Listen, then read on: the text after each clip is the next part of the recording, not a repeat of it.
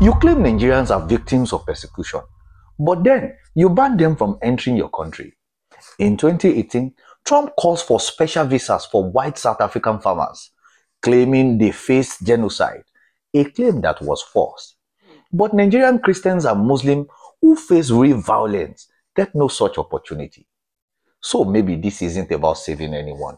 Maybe it's about political optics, playing to American Christian right voters who love the idea of foreign presidents. It's less about saving lives, more about scoring points. This is not a holy war. It's a governance failure.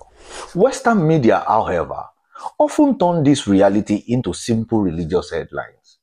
Christians slaughtered by Islamists. It's an easier story to tell. It feeds a familiar Western narrative, one where Christians are always victims and Muslims are always aggressors.